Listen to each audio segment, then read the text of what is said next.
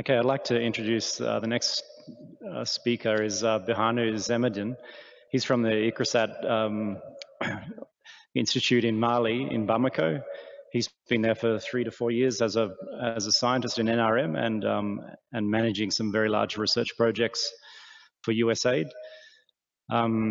He's talking today on adoption of soil and water conservation practices under different farming systems in the Sahel region of northern Mali. Thanks, Birhanu. Okay, thank you, Chair. Good morning, ladies and gentlemen. I'm going to share with you our work in northern Mali on the adoption of soil and water conservation practices in the Sahelian environment and under the context of climate variability. We considered different farming systems and different, gender of the head of the household to characterize the adoption rate. Much has been said on the impact of climate variability, and on Tuesday we learned a lot from the climate panelists. However, this climate variability has been a major development challenge in the sub-Saharan economies, and it's not an exception for Mali. Most rural communities in the sub-Saharan Africa live in the rural areas, and they derive their livelihoods from the agriculture sector. However, to improve the livelihood condition of the rural communities, there is a need to have implementation strategies to combat the impact of this climate variability. So when we design strategies to combat the impacts of climate variability, there is a need to understand the different components of the farming systems and the gender in the area. This also relates to formulation of robust policy interventions. We need to have understanding of the perceptions of the local communities, because they need to be convinced in order to implement any sort of intervention practices in their farmland.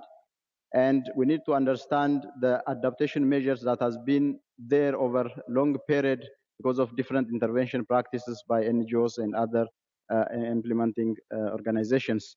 There is also a need to understand the perceived knowledge of the impact of this climate variability by the farmers as well.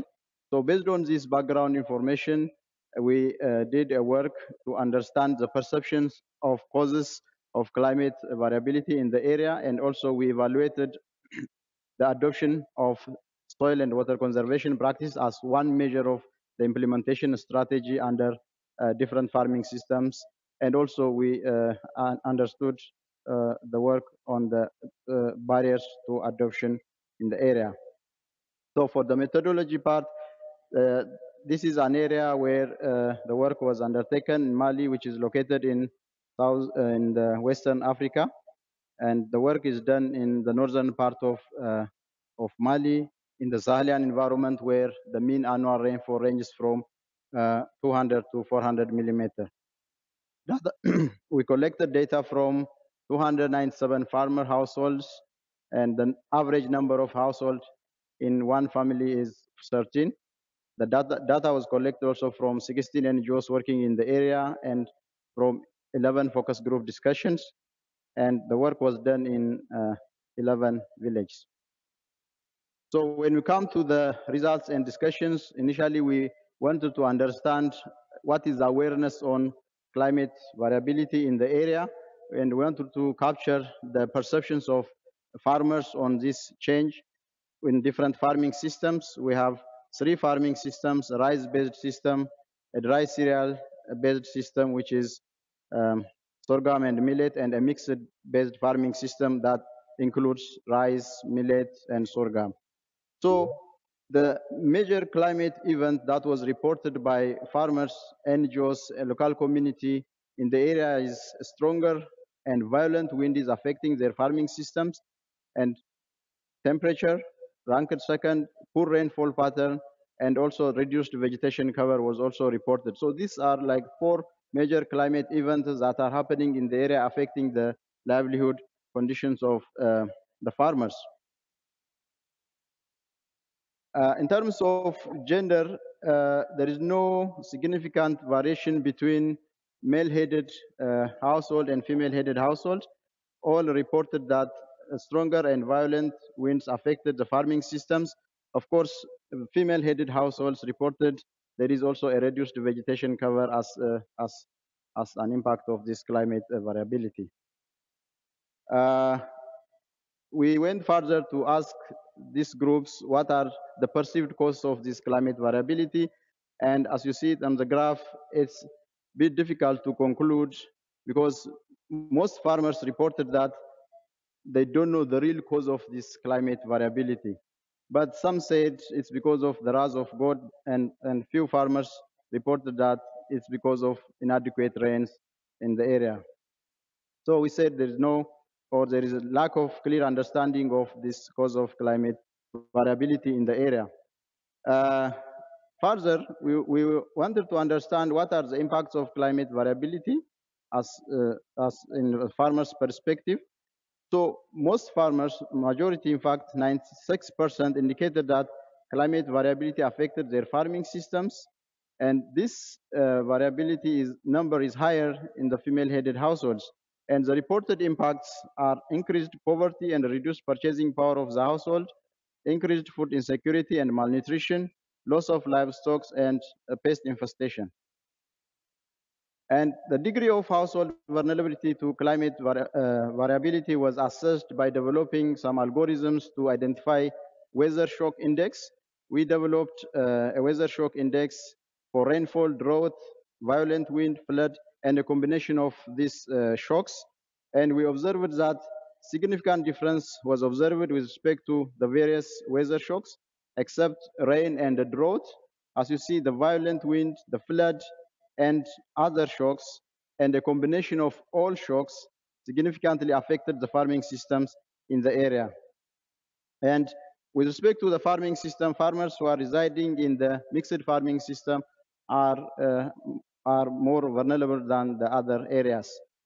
So as part of this climate adaptation strategy, we studied what are the farm-based methods and non-farm-based methods that are going on in the area, and we just selected one parameter, which is soil and water conservation. And we did some mapping on what are these practices. There are a number of soil and water conservation practices like the dye pits, the vegetative barriers. So we understood that dye pit is one of the most common soil and water conservation measure in the area, although its adoption rate is less. And some conservation measures like vegetative barriers, contour banding, and shallow wells are happening, but they are not significant. This figure shows the preparation of a dye pit for planting, and this is dye plantation. The other soil and water conservation, or to improve the fertility management, was the use of fertilizer, organic manure and mineral fertilizer. And we also observed that from statistical analysis, significant variation was observed in the adoption of this fertilizer application. And one of the important point here is what are the root causes of the barriers of adoption, or to improve the adoption rate in the area is because of lack of finance and limited labor. So in conclusion, we are saying that there is a limited awareness on the cause of climate variability in the area. And this is very important because you need to convince farmers to adopt any practices, and they should be also convinced. So there is a need to design communication strategies that create public awareness. As part of this intervention practice, the soil and conservation measures are the most critical entry points for improving land resource resiliency in the area. However, as most of you know, these soil and water conservation practices are heavy, time-consuming, and in the area, people do not have the time. The opportunity cost of applying soil and water conservation measure is higher. Rather than this, people in the area, especially the youth, migrate to the nearby areas for mining and other activities, which ultimately affect the agricultural production in the area. So our recommendation is, because the reported climate shocks are like violent wind, high temperature, rainfall variability, and a combination of all these shocks, we strongly recommend the use of agroforestry options and residue management that would help to reduce soil erosion, because soil and wind erosion, because of these stronger and violent winds. There is a need to introduce low-cost solar pumped water lifting structures to avert the rainfall variability in the area and also to help farmers to produce high-valued crops during the dry seasons. And finally, there is a need to have a combination of different strategies. For example, promotion of heat-tolerant cultivars, because high temperature was also observed as one of the climate shocks in the area. There is a need to introduce, promote improved livestock breeds, and also a need to implement or improve the agro-advisory services through climate forecasting, climate weather forecasting. Special thanks goes to farmers in Mopti field who gave us their valuable time to get this information. We are also thankful to the Interdrought and also USAID who sponsored this work. Thank you very much. Thanks, Birhanu, and it's good to hear something about the socioeconomics of the system in a very, very harsh area where certainly tree, crop and livestock systems have to come together. So thank you.